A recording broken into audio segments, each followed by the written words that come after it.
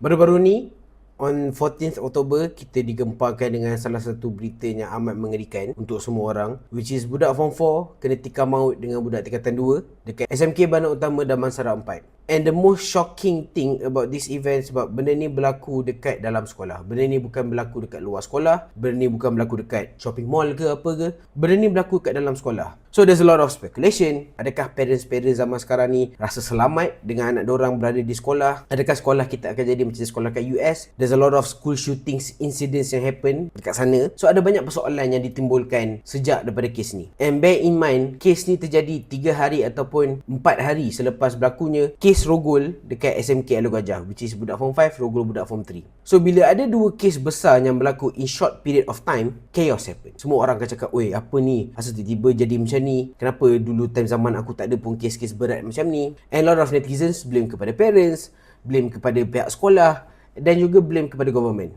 So kalau korang tak tahu lagi pasal kes ni, aku akan ceritakan dekat korang just in general format. So budak Form 4 ni, budak perempuan, dibunuh dengan budak Form 2, which is budak tu lelaki. Selepas budak Form 2 tu kena reject dengan budak Form 4 tu. Dia kena reject pada malam tu, and then esokkan harinya dia kejar budak Form 4 tu dekat sekolah, dekat kawasan sekolah, sampai budak Form 4 tu menjerit tolong, and it ended up killing her. And budak perempuan tu lari masuk ke tandas, and then budak Form 2 tu panjat tandas tu, and then bunuh perempuan tu in cold blooded scene. So bila benda ni terjadi, aku dengan member aku try to have a formative discussion. Kita orang try bincang ni adalah salah siapa. Dan benda ni jarang berlaku bila aku dengan member aku sembang benda serius. Selalu kita sembang benda bodoh. So aku dengan member aku try cakap, oh maybe ini adalah salah parents. And the reason why kenapa it could be blame on the parents, sebab budak sekolah spend most of the time dengan parents. Bak kata pepatah Melayu, belentur buluh biarlah dari rebungnya. So it could be from the parents. Tapi bila aku tengok semalam punya video, which is the parents gave the statement about the incident, parents dia sound normal. Parents cakap dia minta maaf, and parents tu tahu bila diorang minta maaf, benda ni tak akan ubah pun masa lepas. So diorang really aware, and diorang really give a positive comments about the incident happen. Aku tak tahulah in depth about the household Form 2 punya family tu, but berdasarkan komen yang dibuatkan oleh parents tu, is a positive comment. Lepas daripada komen tu, kita orang try to put the blame on the government, which is sekarang ni Menteri Pendidikan Malaysia adalah Fadilah Siddiq. Dia jadi Menteri Pendidikan sejak 3 Disember lagi, 2022 lagi. And bila kita orang try to put the blame on the government, kita orang sedar yang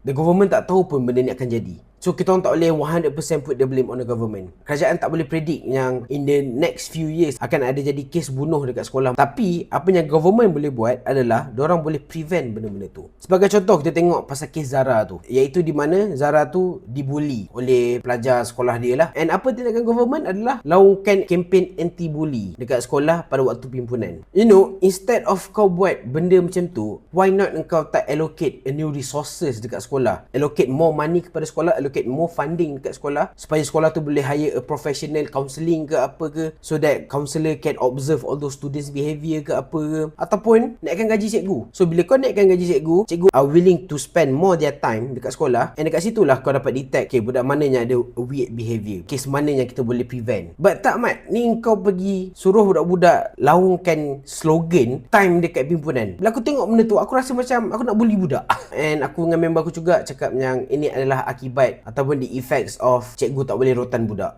Sekarang ni ada banyak kes di mana parents saman cikgu tu sebab cikgu tu rotan budak lah apalah. Aku kena sepak dengan Pak Am, dengan Cikgu Idham. Relax je Mat. Aku tak ada pun nak beritahu parents aku. Aku tak ada pun nak saman menyaman ke apa, sebab aku tahu bila cikgu pukul kau, kalau cikgu tu pukul tak secara kasar lah, buat benda tu sebab dia nak kau jadi a better person. That's it. Dia bukan nak pukul kau sebab dia geram dengan kau ke apa, tak. Tapi the main goal of the teacher is to make you become a better person. So bila dah ada banyak case pasal parents ni saman cikgu ni sebab dia pukul anak dia ke semua tu, benda tu bagi kelonggaran untuk budak-budak jadi nakal. And aku juga ada tengok dekat Twitter yang this is the effect apabila UPSR dengan PTT dah tak ada. Zaman aku UPSR ada, PT3 PMR ada, SPM ada. So kita ada 3 exam besar untuk zaman sekolah. Dan aku baru tahu budak-budak zaman sekarang ni, the big exam yang diorang ada adalah SPM saja. Aku tak nak lah cakap yang disebabkan PT3 dan UPSR ni tak ada, budak-budak jadi nakal, budak-budak jadi pembunuh. No, maksud aku bila engkau ada a big exam yang kau akan hadapi in the future, contohlah macam UPSR. Aku time zaman sekolah aku bodoh Mat. Tapi but still bila aku tahu macam oh lagi seminggu aku nak UPSR, aku akan tak main game, aku akan tak main Facebook ke apa ke, aku akan fokus on my study. So bila kau fokus on your study, kau become more aware dengan kau punya surrounding. And that is bagi aku one of the reason why kenapa zaman dulu ataupun zaman aku, masa aku sekolah dulu, tak banyak sangat kes-kes yang macam ni. Again, Aku tak bermaksud yang tak ada PD3, tak ada bebas budak-budak jadi pembunuh. No. But ataupun one of the minor reason benda ni boleh berlaku adalah sebabkan budak-budak tak expose ataupun budak-budak tak fokus dengan apa cikgu ajar ke depan. That's it, tu je sebenarnya. And ada juga orang cakap yang this whole case remind them of Adolescence, which is Netflix punya series, is a limited series. And aku tengok series tu masa awal-awal dia keluar, and it's a really good limited series. The whole premise of the series is about this kid bunuh budak sekolah dia. Itu saja. And it shows the consequences yang happen at the first time bila mak bapak dia dengar benda ni, mak bapak dia macam tak boleh percaya, maybe polis tangkap orang yang salah ke apa ke. So it really shows the consequences bila benda tu terjadi. And salah satu benda yang aku suka pasal this series, instead of kau focus on the victim, but kau juga perlu bagi perhatian dekat parents pembunuh. So macam dekat series ni, anak dia bunuh budak perempuan, and they really focus on the family pembunuh tu. And ada satu interview daripada Stephen Graham di mana dekat series tu dia berlakon jadi sebagai bapa kepada pembunuh tu. And dia sini cakap yang instead of kau give an attention kepada mangsa, kau juga perlu bagi sama attention dekat pembunuh tu punya family. It's a young boy who kills a young girl. I'm not doing any spoilers because we found out straight away, and as a collective we didn't want it to be a whodunit. We wanted it to be more of a why he did it, do you know what I mean? A piece about a young boy who stabbed a young girl to death. And these were at opposite ends of the country. It hurt my heart, and I just think, what kind of a society we're living in at the moment where young boys are stabbing young girls? Well, I just thought, what if we're all kind of accountable? You know, the education system, parenting, the community, the government, and also, when we were kids, we didn't have social media. So if we were in our rooms, when we were kids, we were either playing out in the streets, something. We didn't have the accessibility to all of this stuff in the world that really influences young minds, and I wanted to take a look at it. I'm not blaming anyone.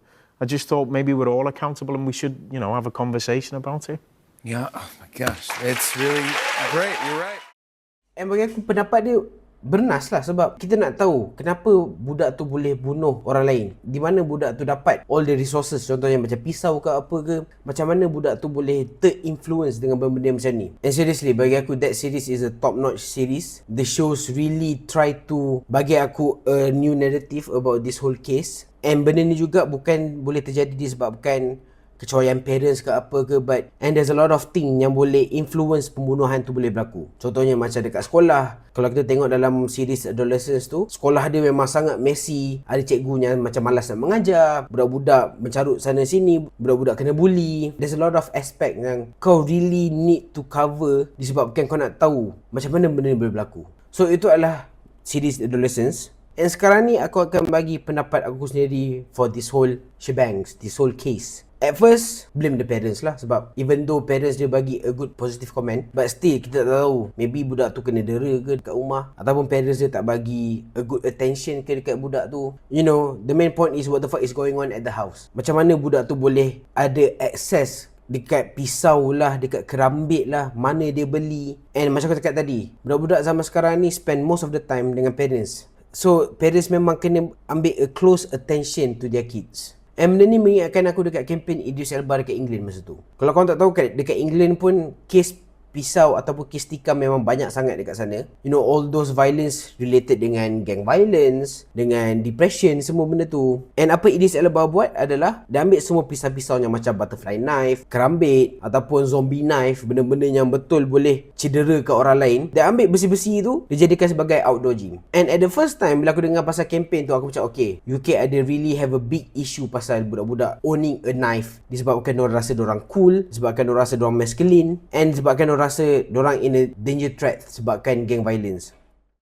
Like I said, with the knife stuff, there's loopholes in the system, because when we were younger, there was just maybe a 3-4 inch blade and stuff. Now there's things called zombie knives, ZKs. I'm sure you've heard about them. Do you know what the zombie knives are? Yeah. That's what the big campaign for me is to try and get the zombie knives, the machetes, the samurais basically banned. So, there's a whole distribution chain as how you can get them. We can't stop gang violence. We're never going to understand it. The government's never going to understand it. The police are never going to understand that. But the actual delivering of knives, that's a commerce. That's a black and white commerce. And I feel like there's a youth somewhere with a zombie knife that's bigger than his leg. Yeah. And he's carrying it because of power or protection. Power to be like, yo, I'm the man. No one's taking it from me. All right? Or, bro, what if they get me and I haven't got nothing on me? Yeah. So, and I want to touch on that because I feel like it's very easy to be sat here and saying to these kids, of course, like you need to drop the knife, drop the weapons, etc.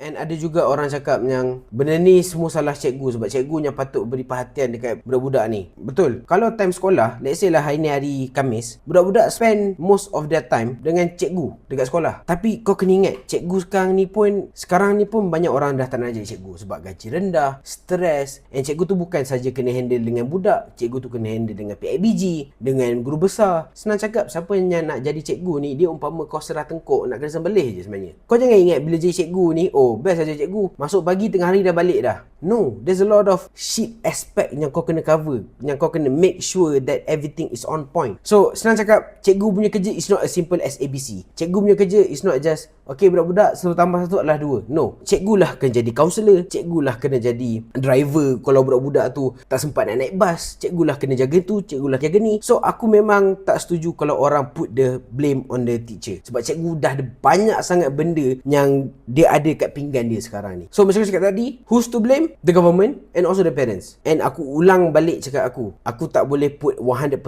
blame on the government sebab benda ni tak boleh predict. Tapi apa yang kau boleh buat adalah macam mana kau nak tangani isu ni balik. Itu saja daripada aku. Aku dah waffling selama 21 minit 41 saat. And yeah, I hope you guys enjoy this video. And yeah, be safe. Budak-budak kat sana, tolonglah baca buku. Dengar cakap parents, dengar cakap cikgu. Peace out.